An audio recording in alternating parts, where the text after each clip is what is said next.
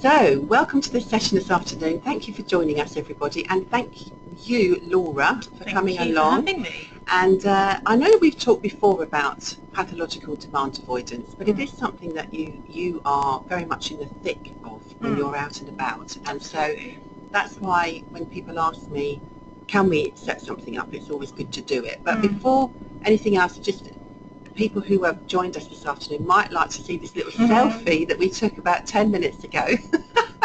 Just to prove that we are both in the same room having this chat, okay? I just think I look really tired in that picture as well. Well, it is late. We've had a long day. Yeah. So, let's get going. I'm going to hand you over the controls. Thank you. And you can talk us through what you've got today. Yeah, so I think what you've just said, Hilary, is about being in the thick of PDA. I think at the moment, PDA is very much the one thing that when people contact me, contact PASS, they want to talk about. And I think it has become something that a lot more people are becoming aware of. And there's lots of sort of controversy around PDA, there's lots of difficulties around getting a diagnosis. But I've been a bit like autism and working with students with autism. I think when you understand PDA and when you understand that what's driving the behaviour and the strategies that you need to use to work with young people with PDA, the differences can be absolutely amazing. There's actually a testimonial on my website that people can look at. There's a school up in Norfolk that I've been to quite a few times now to do PDA training, and they sent me the most amazing email saying that they actually have a young person there, a student, that because they were using very sort of traditional autism strategies with this young person, they were having very challenging behaviour, lots and lots of difficulties, and then having gone in and done the training and explained to them that actually this is an anxiety driven condition and that actually there's lots of strategies you have to use around helping the young person feel that they're in control, etc., and much less directive approach than if you're working with someone with autism. They said the difference is phenomenal, that they were able to take this young person off their medication that they had been on for 7 years, and they were actually then, it's a residential school, the young person was actually able to start going home and spending time with their family, which again they hadn't done in years. So that just goes to show that actually the difference that it can make when you get it right. What age was this young person? Teenager. Okay. Teenager. So a lot of 7 years into going into puberty and all the rest of it. Absolutely, yeah. So I basically, this slide here, I really tried to sort of break down what this means. And basically, pathological demand avoidance, pathological, which I don't actually like the word pathological, I think it's a very sort of clinical word, but it basically, I think the key word in that is extreme. And young people with PDA will go to extreme measures to avoid complying with demands or doing what they're told to do. Demands, basically we put demands on young people all the time. There's all different ways that we put demands on people. Sometimes we're very direct in our demands, so we might tell someone to sit down or start your work or line up. Sometimes our demands are more indirect. You might say, oh, it's time to go for lunch now. So you're still putting a demand on. Some of the demands we put on young people are we don't even have to open our mouths. We just have expectations that young people, particularly in a school setting, will follow a routine or sit in the same place every time.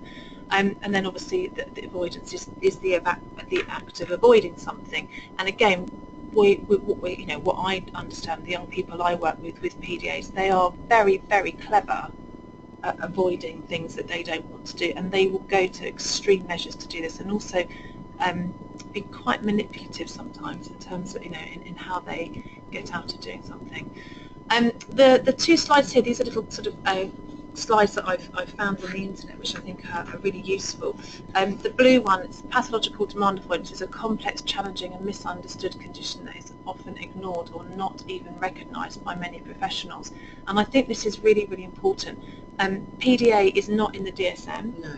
the Diagnostic Statistical Manual, and it's not in the ICD-10 either, the International Classification of Diseases.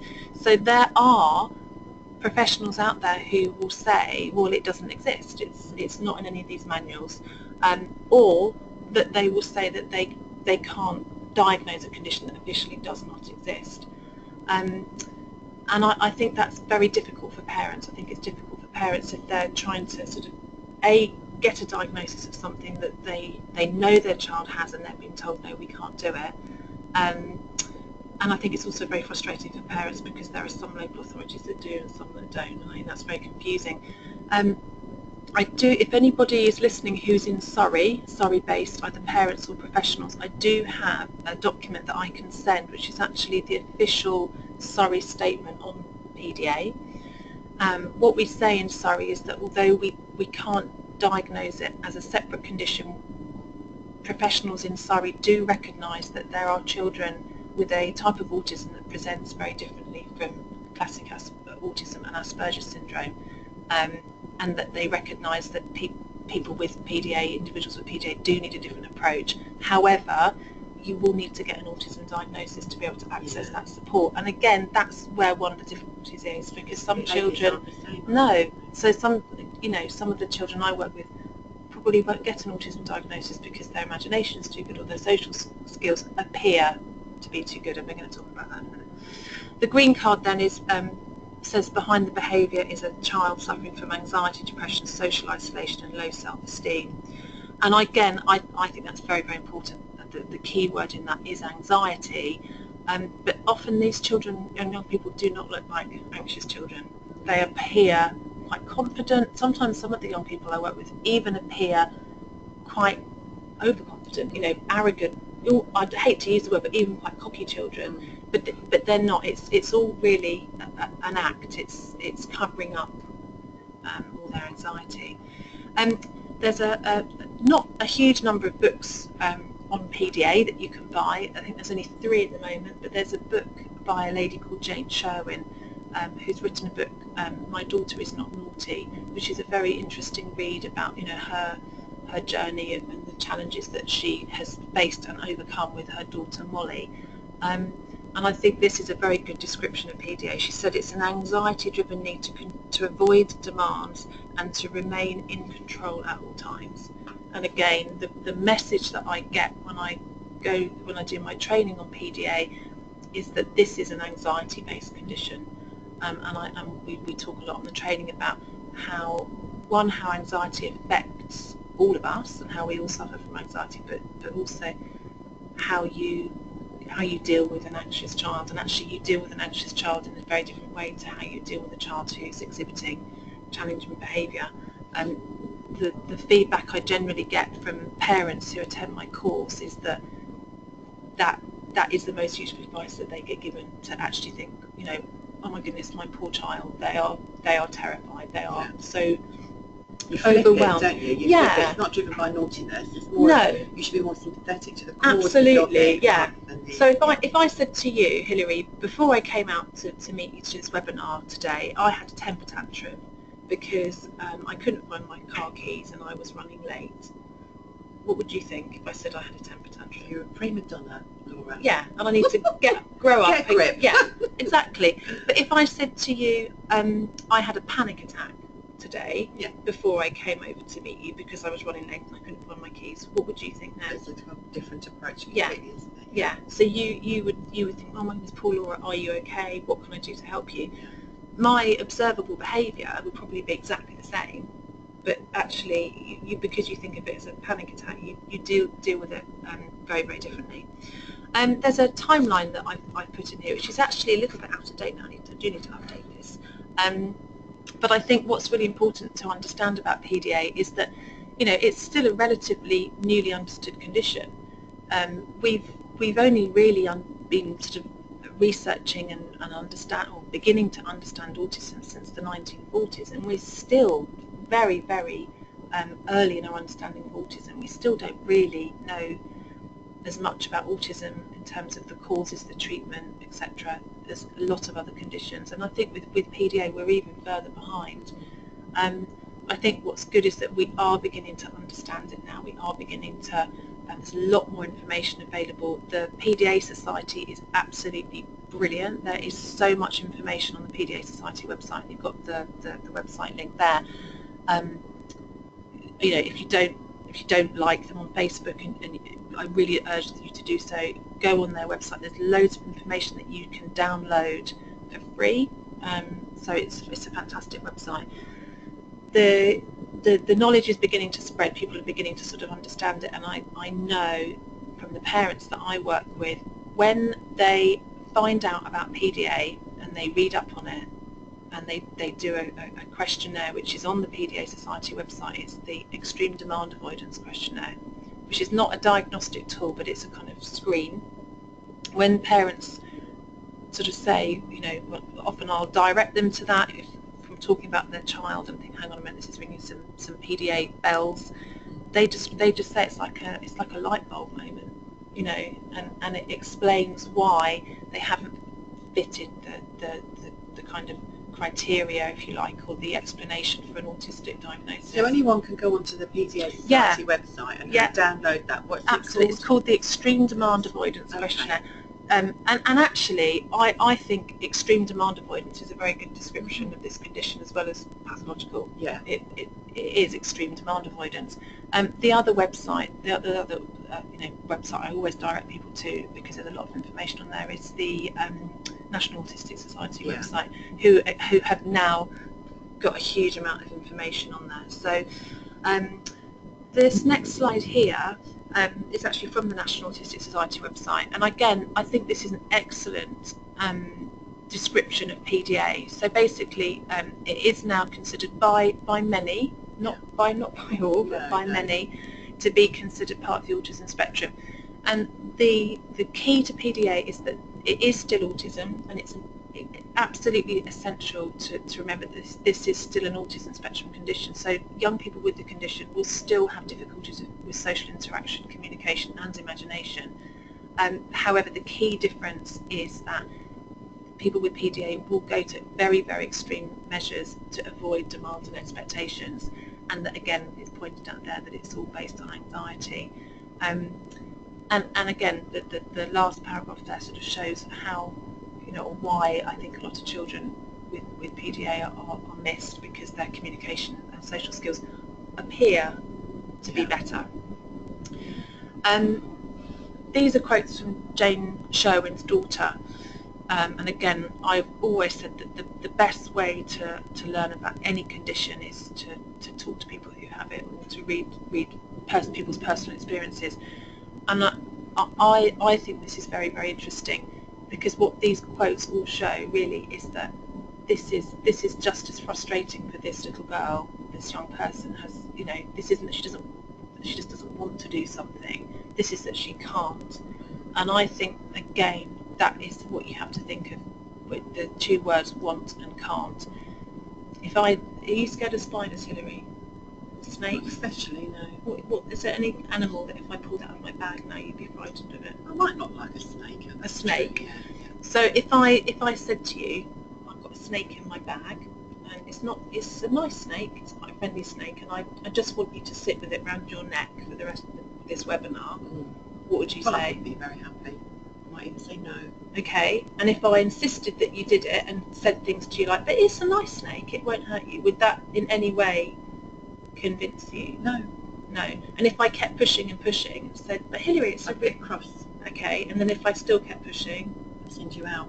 Yeah. And if I refused to leave, I'd leave. There you go. So this isn't that example is not that you don't want to sit with a snake around your neck. Actually, you can't.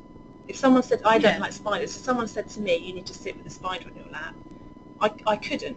Even though it's an irrational phobia, because if it's a traditional English, you know, not a black widow spider, if it's like a native spider, I still couldn't sit with it around on my lap.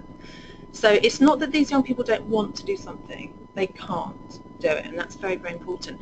I think the other quote I'll just mention here: I even find it difficult to engage in things I enjoy if it's being suggested by someone else. I had when I was a head teacher, there was a young lady at my school who actually at the time I didn't understand anything like as much about PDA as I do now, and she was very reluctant to go to any lessons, and she spent a lot of time sitting in a room on her own with a one-to-one doing crafts and making things. And one of the things that she was very good at making was cards, handmade birthday cards and everything. So I thought, right, I know what I'm going to do. I'm going to use this to my advantage. And I suggested that this young person set up a enterprise making cards and said, you know, if someone's going to a wedding or they've got a birthday or a christening, they could come to you and they could place an order and you could make them a card. And she was quite excited about the idea at first, and she went around the school and put up posters saying that she'd set up this card business, and then she even went, I think somebody even went out and bought her the resources. Anyway, she got her first order, and her one-to-one came down to see me and said, Laura, she will not do the card. So I went up and said, you know, what's the matter? Why don't you want to do it? She said, do you want me to? So it stopped being something that she was doing for pleasure, and it became a demand. There were expectations on her that it would be a certain standard, that it would be good enough. I'm sure we can all recognise those characteristics. Yeah, in people. yeah, but yeah, it really was you know, it completely changed the aim and the purpose of her doing it. And I haven't put them all in here, but I've just put some of the characteristics of behaviour associated with PDA, and these have come from Elizabeth Newson, who you might have seen on that first timeline. I think that they're all very interesting. I haven't put them all in there. The main thing is that people with PDA will resist and avoid quite ordinary demands and expectations. The other thing is that they will often appear sociable, but they actually really lack depth in their understanding of social situations. I observed a little boy at a school recently, and when I got to school, I had a quick chat with his teacher, who said, oh, he's a very sociable little boy, he's got lots of friends. And I went out and observed him in the playground, and I would say of the 60 children in that playground, he probably had some sort of interaction with about 40 of them. So one person could look at that and say, oh, what a sociable little boy, you know. I looked at that and said, none of those social interactions had any depth. Close, There was no depth, there was no meaning. They were very, very sort of passing interactions. Something else which is very difficult for parents in particular is that a lot of young people with PDA will present very differently in different settings, and often and this is down to the masking of coping. Often have the sensory difficulties that we associate with autism, and I think they are very, very significant. And I think if schools and colleges can put support and advice in around the sensory strategies and around that can make a massive difference to lowering anxiety. Quite excessive mood swings and impulsivity, very obsessive behaviour, often focused on people, and you get this either loving or loathing, and often there's no apparent reason. Can be very domineering and overbearing.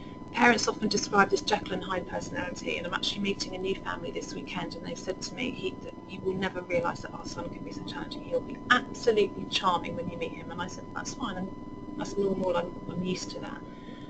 Very bossy and controlling, often more comfortable with adults than children, or actually sometimes with much younger children, I think, because they're easier to kind of control. And again, there are a few key points that I make when I'm doing my training, and this bottom one I think is absolutely essential, that we think that people with autism are not good at reading non-verbal cues, body language, facial expressions, etc. People with PDA seem to be hypersensitive to it, and actually on my website there's a link to a radio interview that I did with a lady called Julia Daunt, who's an adult with PDA, and she talked about this, and she said that she can actually walk into a room full of people, and if one person in that room is feeling anxious or depressed, she will begin to feel anxious or depressed. And I think that's very, very important for parents and also staff who work in schools and colleges to understand, because these young people can be very challenging, and if you know that you've got a challenging student that you're working with, you might begin to feel a little bit anxious or stressed or tense, and if they are so sensitive to that, they will pick up on that, and then they will think, oh my goodness, there must be something wrong, and then that can often sort of, you know, start the behaviour. I think this is an incredibly important slide as well, because this is, I mean, it says children on the autism spectrum, but I think this is particularly the case with children with PDA. It's like having a Coke bottle in your bag, and all the time that young person is having demands placed on them or expectations. They can be just bottling up, and some of the parents I work with say that their children will maybe just get out the school gates and then they just lose it, they just explode. And again, the analogy I use for that on the training is, if you're at work and you've got a boss that really annoys you and they're on at you all day, you will keep it in and keep it in and keep it in, because you know that if you actually tell your boss what you really think of them, there's quite significant consequences, but then when you get home you do sometimes just let it all out because you do it where you feel safe. And I know that this is a big problem for parents, that because a lot of the time the schools or colleges will say, well, we don't see any problems, what can we do about it? But actually it has to start in school, the way that you relieve the anxiety. As I said earlier, there's all different ways that we place demands on young people. So you've got the very direct demands there, and then on the right hand side you've got more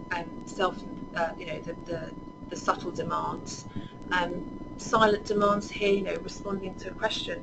Again, in a classroom setting you might have a child that just is so anxious by even having to answer a question, and then they might either just become very quiet so they go under the radar, or you might get behaviours that mean that the child gets sent out, or they're distracting. They're oppositional to it. Yeah. And then the demands on the right, self-imposed demands. There are some people that they have expectations on themselves and they just can't complete them because they know that it is a demand. So then you have problems with personal hygiene and completing tasks that they want to complete but they can't.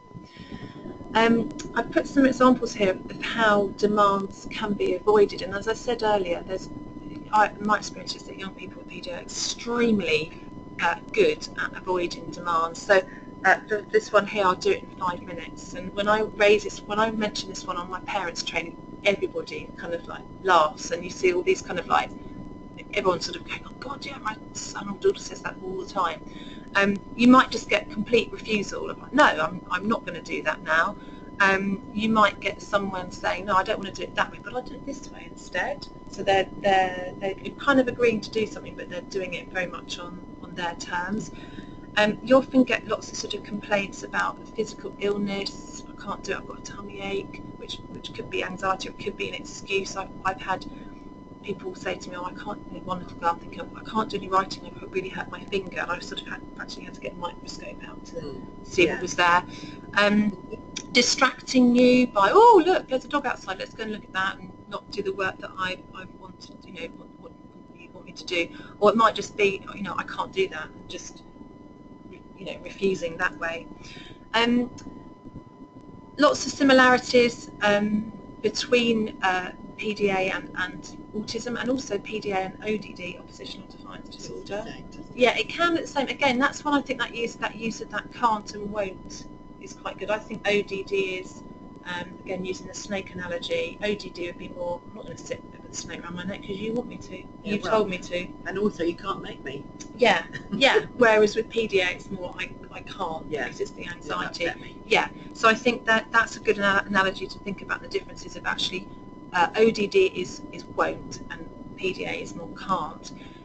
We know that with whether it's autism, Asperger's, PDA, there's still going to be difficulties with social, sensory, relationships, anxiety and emotional regulation. But if you were to plot those things on a graph, again, you do like a Asperger's versus PDA, you would see difficulties in all those areas, but the anxiety would be significantly higher. We know that anxiety and autism go hand in hand, but the anxiety with a young person with PDA is significantly higher. It's and then it manifests differently as well. So you learn more about PDA actually if you come on one of the courses that we're running. I want to talk to you about that actually, because I know you've given me some ideas about that, but let me just talk this through. First of all, just thank you for giving us that overview. I'm feeling like it's a bit of a minefield.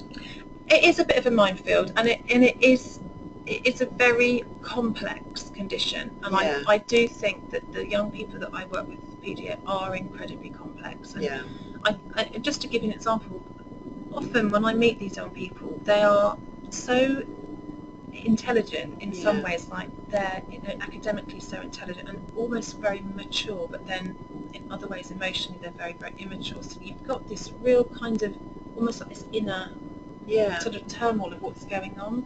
I think that part of the problem for people who are working with children and young people with PDA is understanding it a bit better and recognising how it will work for everybody that's involved with that young person.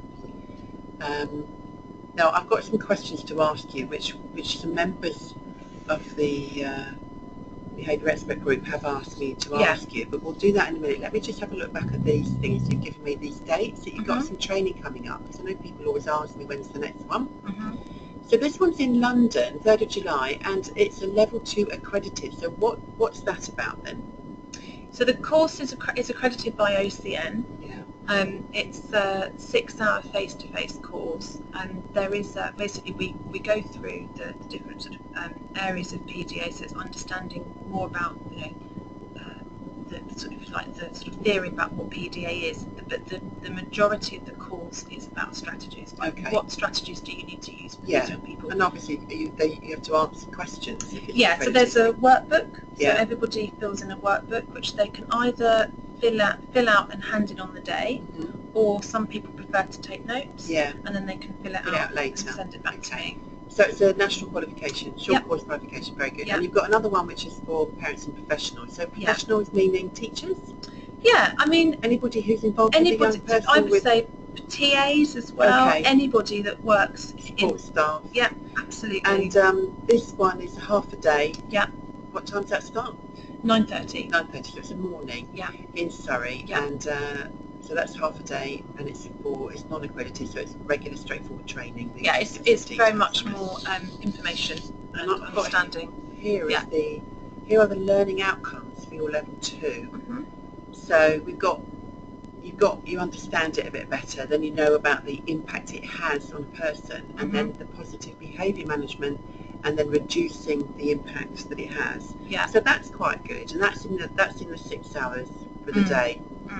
And I guess if you look at the assessment criteria, that's the bit where you would have to do describing and identifying as part of the training. Absolutely. Okay.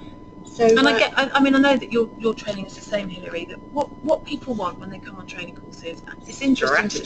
They want to learn a bit more about the condition, but actually what they really want is to go over the toolkit of strategies, and I can guarantee that that's what will happen. And I think the other thing is until you understand it a bit better, you can't get strategies, can you? No, of course not. You've also run this as a distance learning. So I this do. Is home study. Same programme? Same programme. And how does that get supported? So basically you get sent a pack which has got all the resources that you would get if you came on the face-to-face course, and then backed up with people can choose. Some people have telephone tutorials, other people choose email support. You can very much work at your own pace, so some people will get the pack, fill the whole thing in and send it back to me. Other people will send me a learning outcome at a time and ask, is this okay, and then get some feedback, and then send it back after that. So this is quite good if you wanted to upgrade your CV, or if you're working in a special environment or behaviourally challenging classrooms, or if you're a parent even, that you just want to know. And I think again what you get from this is not only a better understanding of PDA, but the strategies, and that's what people really want. The better outcomes for that young person. Yeah. And I'm ever so pleased that you've come at me with a special offer. I have. And what I do like a special offer. And you've told me that this is very much reduced in price. So you've got your so people that are listening to the webinar, if they want to come on any of the training courses, if they contact either you or me and say, I've listened to the webinar and I'd like to come on the training, they'll actually get the accredited for £185, which is £100 off. And why are you doing this? Because I want people to get the training, but it's my 2-year anniversary. Is it? Of running this training. 2 years ago that we got the accreditation from OCN, and I think we've had over 200 people do it as well. Congratulations. Thank you. And the fixed date non-accredited, we're doing that as a special offer of 65 as well. So again, just quote webinar when you book, and you'll get that reduction. Really, isn't it? So I've got a couple of questions then from the members group, and they've sent them in advance of this, thinking of questions for themselves. So let me just run through with you. The lovely Natalie has said, if you don't know much about PDA, but you know you have someone coming to your class with this, what are the key points to remember?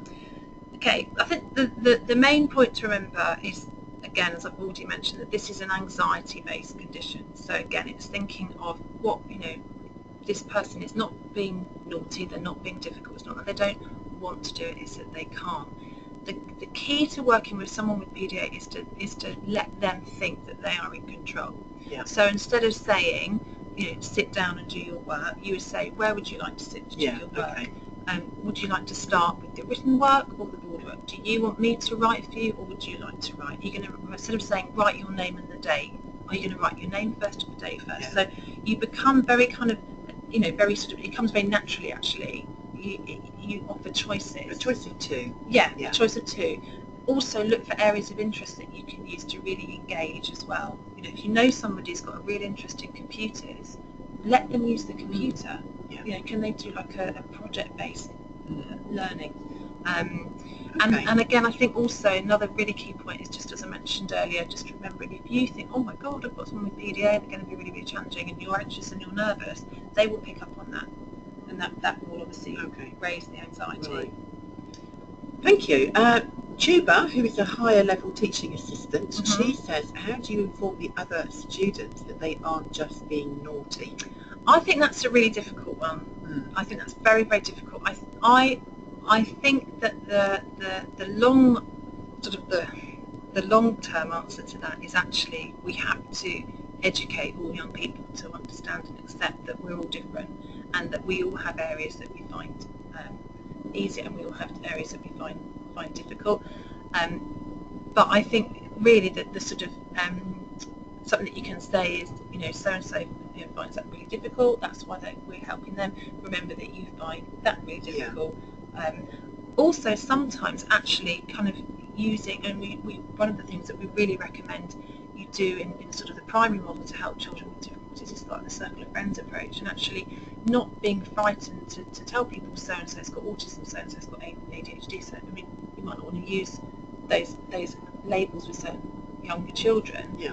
But don't shy away from it, and just say this. They find this really difficult, so that's why they're doing it more this way. openness about it, really. I think so. Yeah. And if they had a broken arm, for example, or something, that other child, then they would have something different done for them for that. And it is about understanding that not everything is visible, is it? It's no, absolutely. Okay, and last one here from Karen. She's a member, and she says, I suspect one of my pupils has got this. How do I establish whether they do, or whether it's simply naughty behaviour, or naughtier than others? Again, with that one, I think you need to really look at the bigger picture. This is an anxiety-driven condition. First of all, are you picking up on any signs of anxiety? And most students have little tells that they give away they're feeling anxious. I mean, I had one student, for example, who would just start picking at the corner of his paper if he was starting to feel anxious. So, get to know your students. Do you know what, when they're feeling anxious? And then, I think one of the ways that you can establish it, if it's, I'm not saying this would be the sort of a way that you can definitely tell, is if you do give them back a little bit of control over what they're doing, over their environment, do they respond better? I know through my own experience from the feedback I get that when people put the PDA student back in control around their learning, around their environment, they see the change. Because the anxiety is lowered. But again, that's quite hard to explain that, isn't it? I think you'd have to be observing it and looking to see what anxiety looks like for that person. And I think that's it. It's because what looks like anxiety to one person looks completely different to someone else. I mean, I observed a boy in class recently who, again, on the surface appeared overly confident and was sitting in his lesson singing very loudly. And the teacher was getting incredibly frustrated and cross, and then when we had sat down and had a meeting with Mum, she said, well, he sings when he's anxious. And it was almost like information's important. So important, but it was almost like a deflection of, I can't do this work, I don't want to put my hand up and admit I can do this work, I'm going to sit here singing. Do you know, I mean, that totally resonates with me, with a couple of students I've had in the past that just make ridiculous noises. Yeah, and also sometimes making those ridiculous noises or singing gets you sent out. Yeah, and which what is a what brilliant you're after. form of demand avoidance if you're getting sent out. So going back to Karen's question, Yeah. the key to that is really understanding your students. And again, one of the things we look at on the training courses is the iceberg theory of behaviour, and I think that's so important. You really look at what's going on under the surface and what's driving it, rather than on the actual behaviour itself. Yes. I think where behaviour management goes wrong is when people just focus on the behaviour and not what's going on underneath. How interesting all this is. It is fascinating, I have to say. Well, we're going to have to wrap up now, but we've probably gone over time, and I just want to wrap up by saying thank you so much again, Laura, My for pleasure. coming over. And also a reminder to everyone who's come this afternoon that if you want to ask questions of people on the webinars, you do really need to be a member, because we're very exclusive now, you know. And so get in touch with me if you want to do that, and more information about how to be a member of the Behaviour Expert Group. And here is more detail about forthcoming webinars. I'm absolutely thrilled that I've managed to persuade Paul Warren to come along and talk with us about the effective use of LSAs in class. He's a very fascinating man. He's a teacher, a former teacher rather, and then became an LSA, and he has cerebral palsy, and he has lots of good and interesting things to say about how you can work more effectively between staff in the room. And then Ian Smith's coming on the 17th of July to talk to us about resilience, and let's face it, we could all do a bit of that, especially as we head into summer and then look forward to the new term. And Sarah Townsend is going to come in and talk to us about how you support learners who are partially sighted. And I sat in on a session with her not long ago. It was fascinating because she said, you know, what we tend to do when we're told we've got a student coming into class who's has a sight impairment of some kind, and what we do is we enlarge all the handouts, whereas that is really not what you should be doing. So anyway, we will find out more about that when I get you a date and we can talk to Sarah. So thanks once again for coming along this afternoon. Just a quick reminder how to get in touch with us. This is my email address. You can just reply to any of the emails I'll send you if you want more information, and this is Laura's email address. Is slightly longer than mine. It's a bit too long actually. But it says what it does on the tin, doesn't it? Yeah. So thanks ever so much everyone, and look forward to seeing you again next time. Have a lovely rest of the day. Bye for now. Bye.